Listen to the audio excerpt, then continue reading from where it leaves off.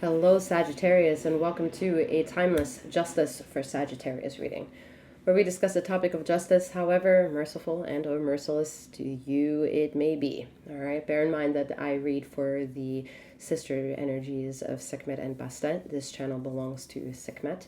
If you'd like to gain access to the other channel, feel free to check out the description box below. You'll also find various links to different content that I have spread out between the two channels, as well as access to my website, should that intrigue you, to figure out who I am as seventh, as well as book any services that I have available for you at this time. Bear in mind that this channel, especially this reading, the terminology for justice and the viewpoints of Sekhmet is however she deems to have the conversation. I will deliver these intuitive insights to the highest vibrational honor bestowed upon me. However, bear in mind that you have tapped into a collective reading that I, seventh, am holding at this time. This is not a one-to-one connection that you and I actually have made time for. So keep that in mind as you take the bits and pieces that are to your liking and leave anything behind with me that may not have been to your liking. Whatever brings you here is in true form. However, you are affiliated to the terminology of Sagittarius and of the latter. Please remember that feminine and masculinity are non-gender specific. However, that femininity has both femininity and masculinity as well has both feminine and masculine energies. All right, this is for Saggy. Again, I am seventh, aka Master Seventh. I read these energies for you. I am a master healer that provides remote wellness alignments and tarot intuitive insights such as this.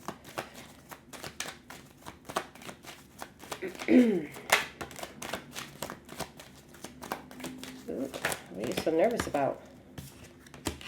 Ooh, new changes, new chapters. Yeah. You don't really know the kind of portal you catapulted yourself in. All right, it's giving you massive anxiety because you know an ending has happened. It had to happen. The term had is unknown to you because you haven't made amends with that yet. You haven't made that true honor of vulnerability, of accepting an end to truly have happened, whether that's whatever that means, literally whatever that means. There's a raw and nakedness to the exposure and a lesson of however death gets to be introduced in your life.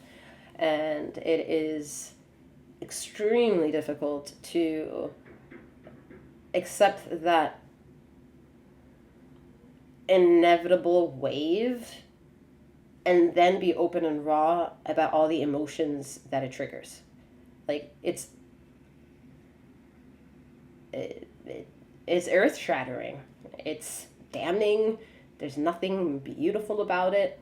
You know, grief is something that is as difficult as anything else that we have to emotionally understand about the intellectual process of an emotional experience as a human. So, you know, it's very one size fits all, and then the symptoms are unique to everyone. And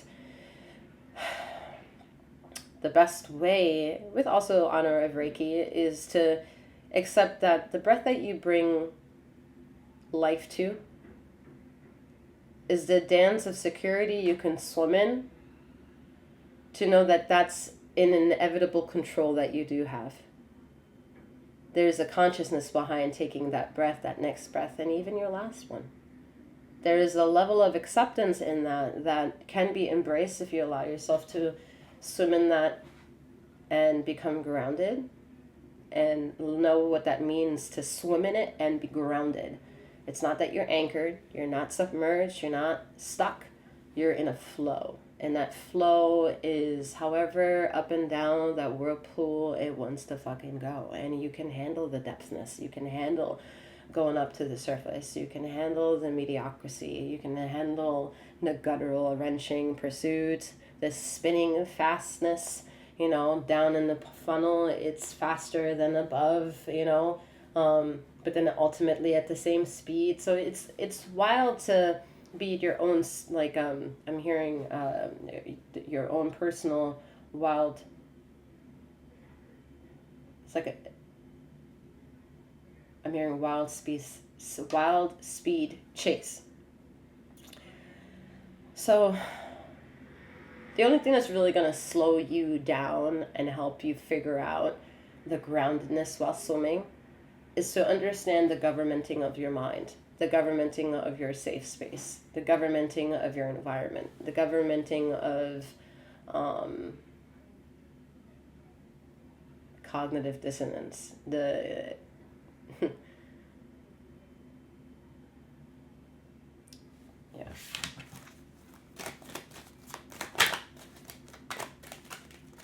You need a foundation, and you've been told this before by someone in either direct terms, or if you really put your mind and focus onto something, you can trace that you've been granted a knowledge once before and you didn't really pay it attention enough. You accepted it, you liked it, you liked it.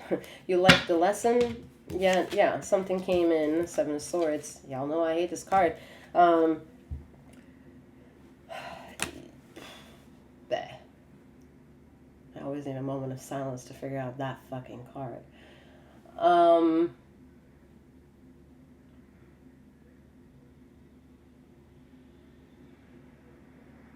It's hard to keep up with your own wild goose chase, right? It's hard to really be 100% available for everyone. You know a lot of people. You would love to spend time with each and every single one of them. And you know that the more you do that, the easier it also happens to be that you kind of forget yourself in that process. So you have been, more or less, a lot of you have been on this routine to kind of give also self-care, self-respect, self-time, self-routine, self, mixed in with others. And some of you are becoming smarter in this by maybe having a self-care day and inviting more than a couple people together for each of you to have this self-care together.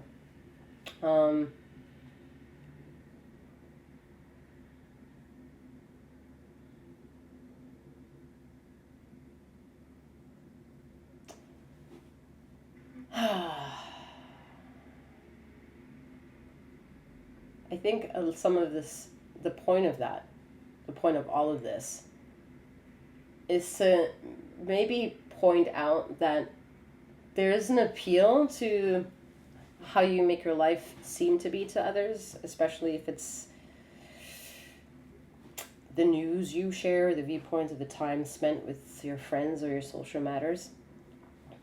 And then there's a real pudding. It ain't all that. It ain't all that. It ain't all that. It ain't all what it's cracked up to be. There is a vicious personality within a couple people here that is so loud that it's really hard for you to turn that off. So some of you think, and because it has been successful in buying yourself time, is to distract yourself from as much as is possible from this said emotion or this loudness, because you don't want to piss off the wrong person. You don't want to say the wrong thing. You don't want to do the bad. You don't want to trigger. You don't want to end up feeling guilty. You don't want to have to ask for forgiveness, all that shit. But let's be honest for a second. Why is that there? Who do you owe that conversation to? And that's what's so interesting, is that a lot of your conversation is meant talking about an individual, but never to that individual. And that makes it a bit fickle. That makes it a bit, you're untrustworthy with yourself. And so the ether is eager to exploit that. Very much so, I'm hearing.